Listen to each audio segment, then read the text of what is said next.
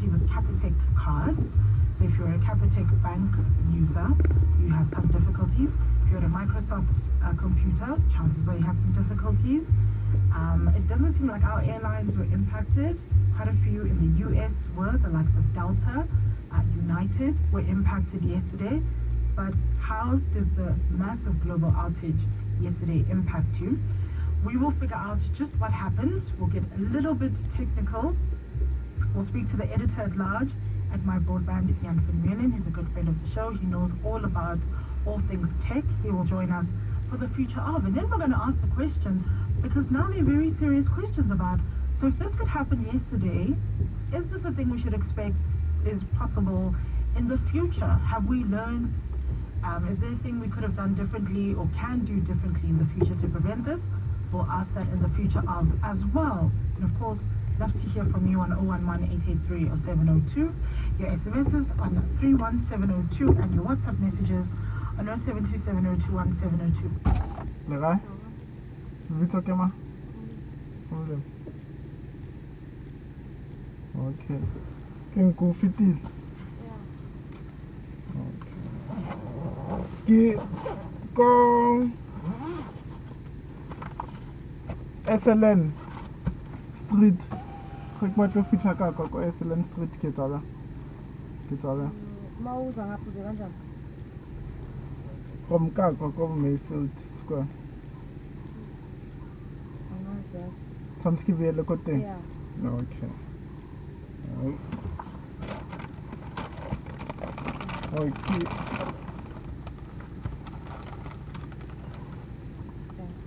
Okay, sure.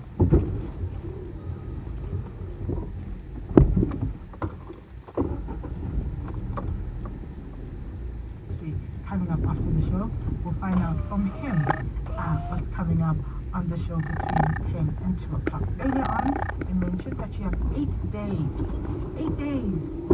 before we walk the talk in the city of Tshwane. You have 1 day left. Entries close tomorrow. And we have some questions. Ezekiel asked, morning girls, are we having a festival of music at the walk this year? Yes. The music lineup after the walk has been confirmed. Langamar also is incredible, is headlining it. We also have Chris Beats and Mo Flavor are also part of the lineup. I also asked, what are you walking for? Peter says, a very good morning to you guys. I'm walking for my fitness and good health. I'm walking with you next week. I can't wait to meet you. Please come and say hi, because we will be broadcasting live. Follow us anyone to walk the talk. If you need any other information, you can find it on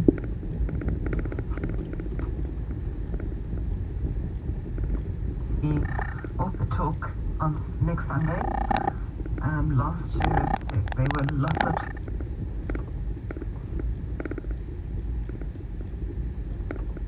the union buildings for the inauguration of the president.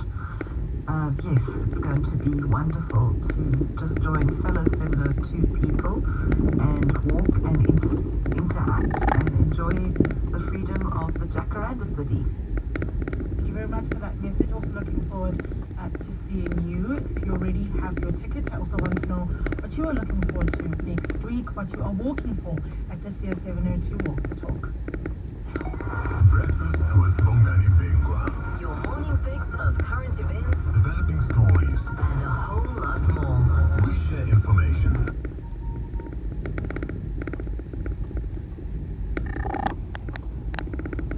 Who are directly affected by what's happening in the news. We'll expand your worldview and bring you closer to who you really are. Empowered, confident.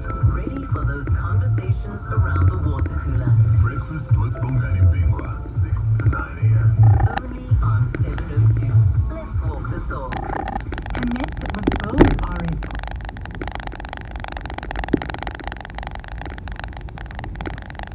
Conversations being the fortify the nation and the entire African continent. Tackle challenges collectively and illuminate the spirit of Africa. Visit buildrsa.co.za. Build RSA, the great South Africa. Together, we will build it.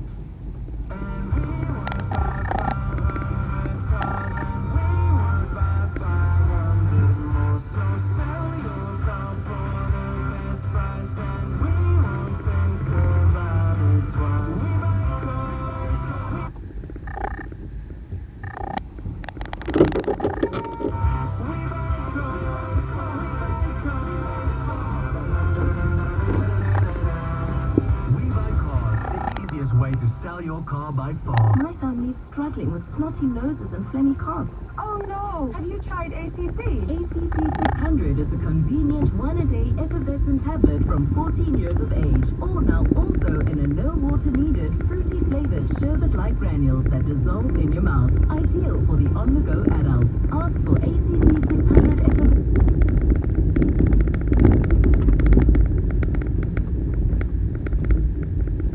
ACC, it's not ACC.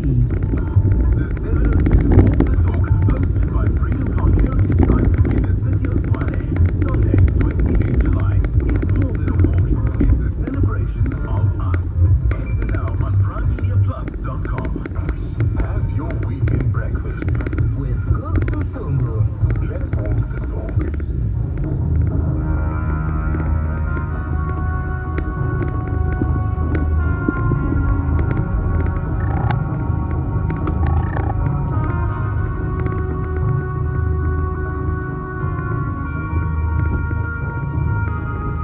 It's 15 minutes after 9:02. Maybe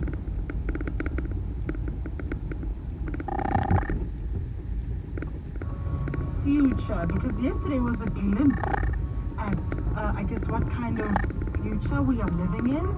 It was huge. You may remember 24 years ago, there was fear of, things going on the blink when the year changed from 99 to 2000.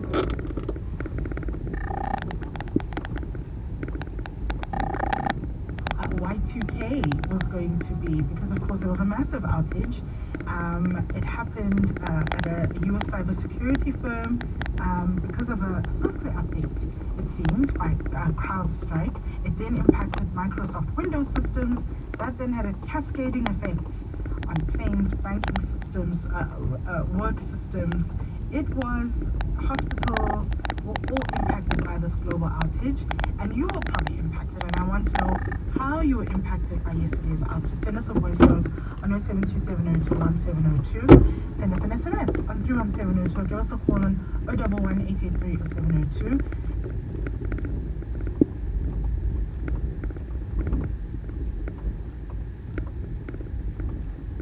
And a very good morning to you. Good morning. Good. I could not but have get goosebumps on that. Are you a big Terminator fan? Yeah, the Terminator theme song, man. That thing is awesome, but also ominous for this discussion. Yeah, it is ominous. How were you affected yesterday, Jan? When did you realize something was awry, something had not gone right? When did it, did you realize something wasn't right? When we started getting complaints from people, Capitec customers. Look, Capitec's the biggest bank in the country right now by customers, and so when people.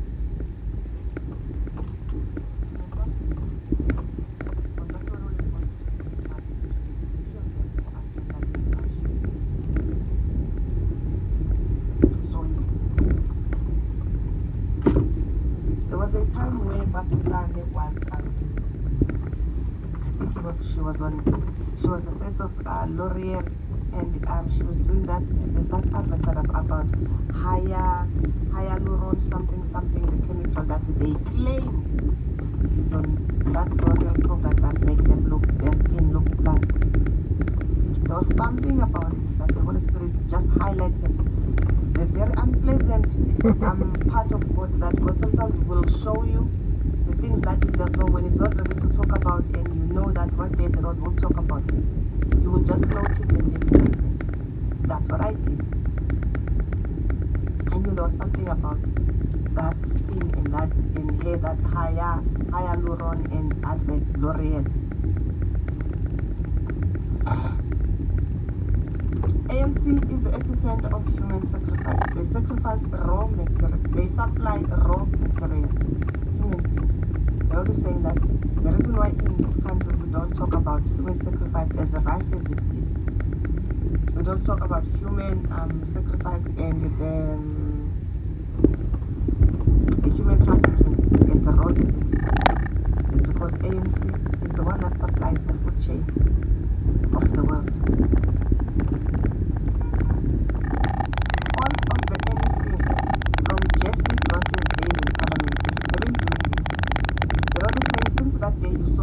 registered into the union.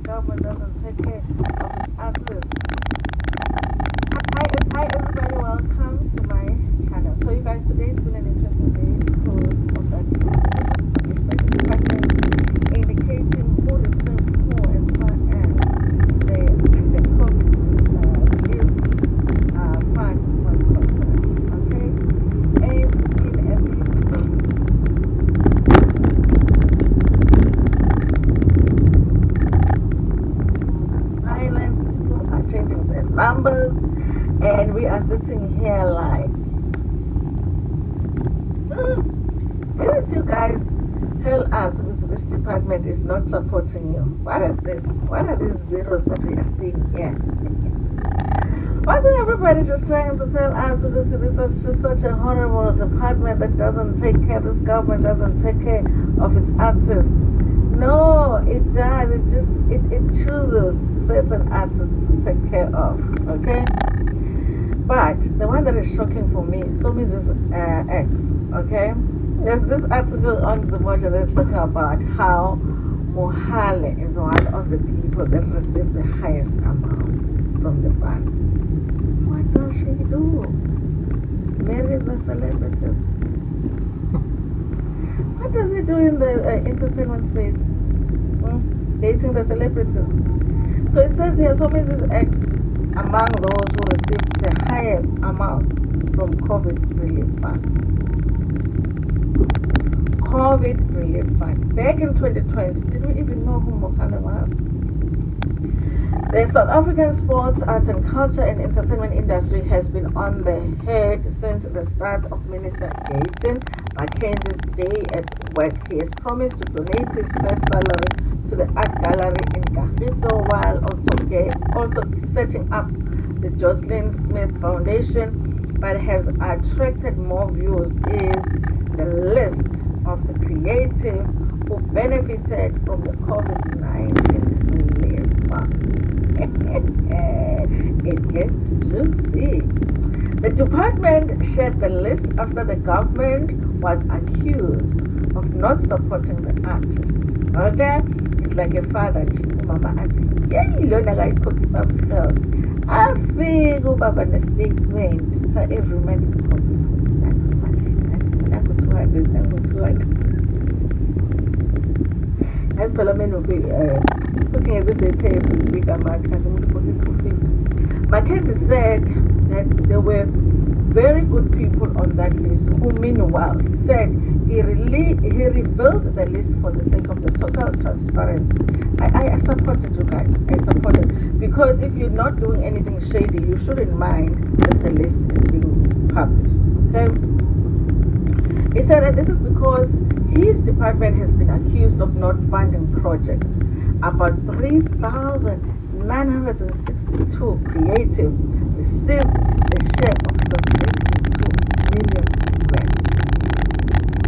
Other top 10 beneficiaries include Silo Mark Baka. Don't. It's not Dr. Silo Mark.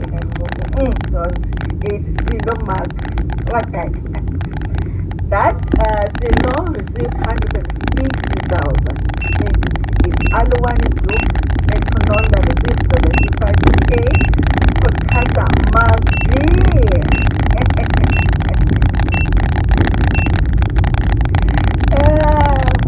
Mark G received 75K. Okay, casting agent Obi Mochi PC received 73K, producer Motoning Keys got 73K, Adam Howard got 53K, Adele tell you that received 53K. Bafedile Masasa of Evergreen Arts Center got 53K. Okay, somebody go and check that the K was spent on Evergreen Arts Center. Bafana, the JT received 53K, and Ashraf Patel also received 53K. Okay. Muhammad received what? 75K. So Ms. Mhlongo's ex-husband and influencer Mohalem Daung's company Glam to pay.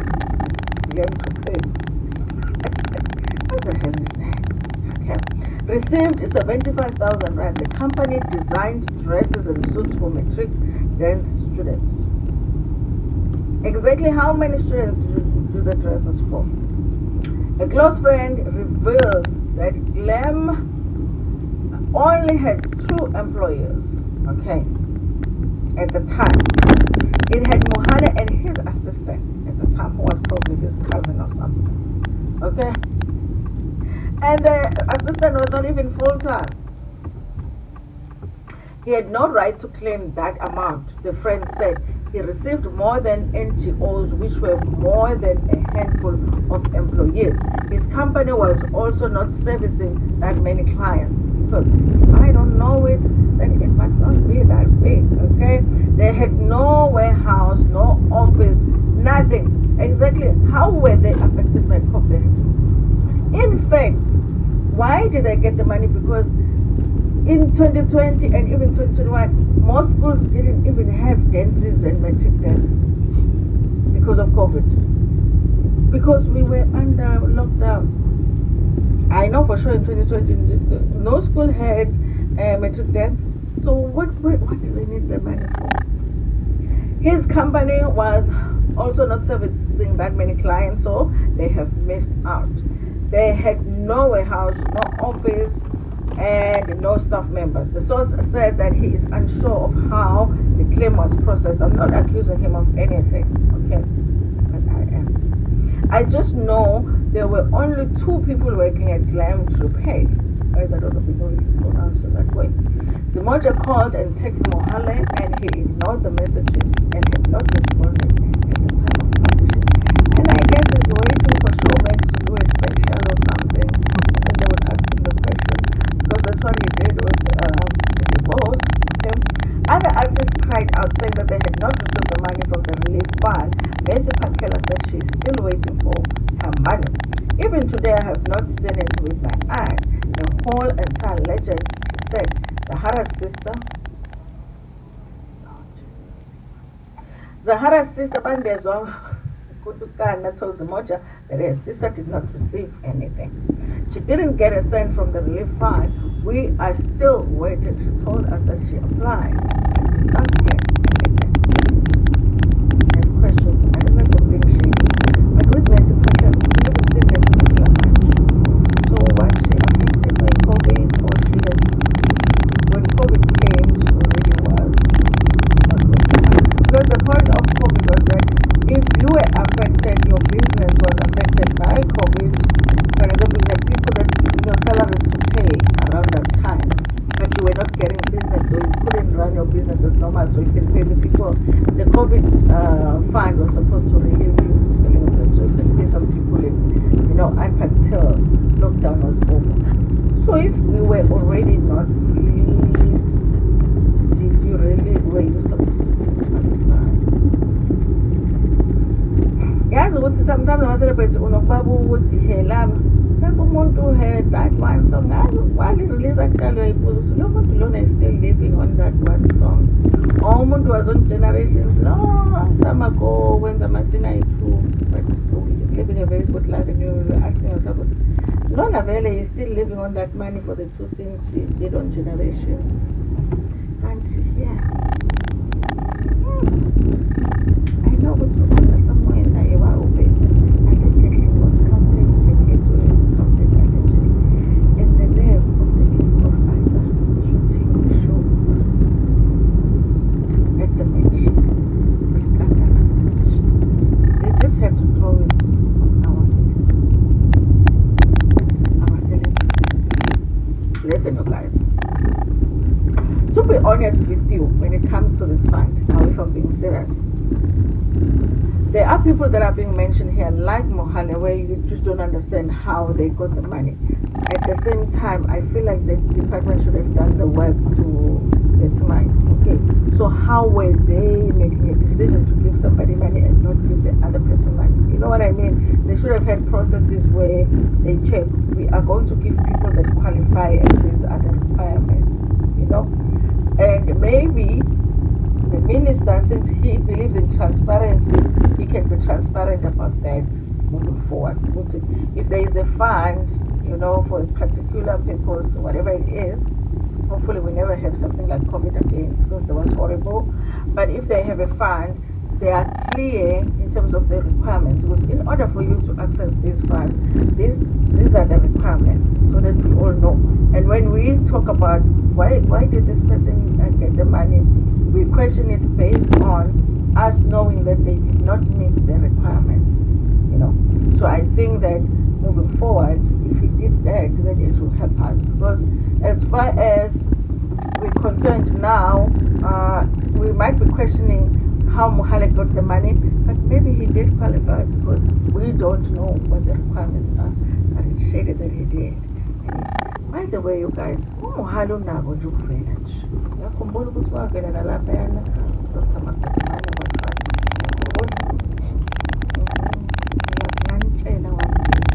Anyway, you guys, thank you so much for watching this video. Please like it, comment, and share. Friends, your family, even strangers.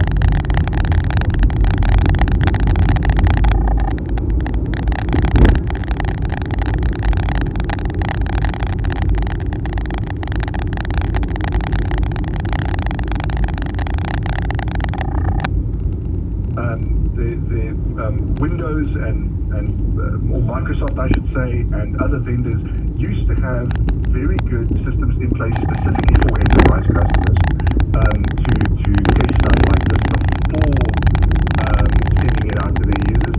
And then what happens in those contexts is that the blast radius is good, right? So at worst case, you know, you maybe brick a dozen machines while you're busy testing them, rather than a situation we have now where you send out that update to tens of thousands of machines all at once, and now you just have a massive drama on your hands. A quick question, Jan, because of course some of the institutions impacted yesterday were banking institutions. May on WhatsApp asks, she says, thank you for the discussion. Could this issue cause the banks to lose client information? Could we lose security of our banking information? How can we be more banking secure? Because of course, you know, I don't think anyone worries too much about an airline or a hospital, but a bank, you think, is my information okay? Yes, so in this particular case, yes it was. What this, like one of the questions that was gnawing in the back of my head while the story was breaking yesterday was, is this a supply chain attack? And so we've seen, this is why when you ask the question of have we seen bigger attacks than this, is we've seen similar attacks to this, and that's what I was kind of trying to think about. They are called supply chain attack.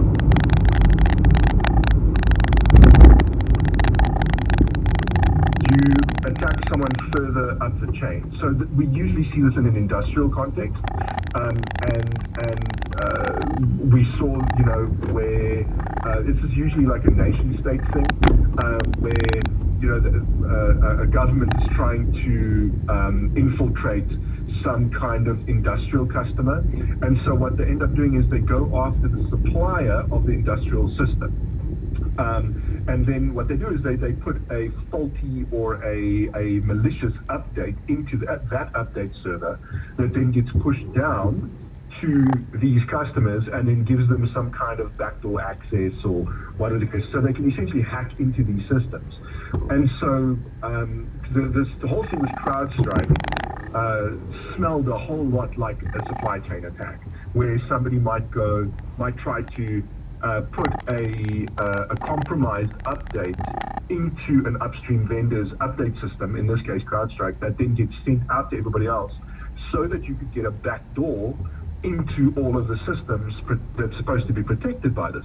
But CrowdStrike has come out and said that no, that this was not an attack, this was not a breach, this was just a blunder, a massive blunder.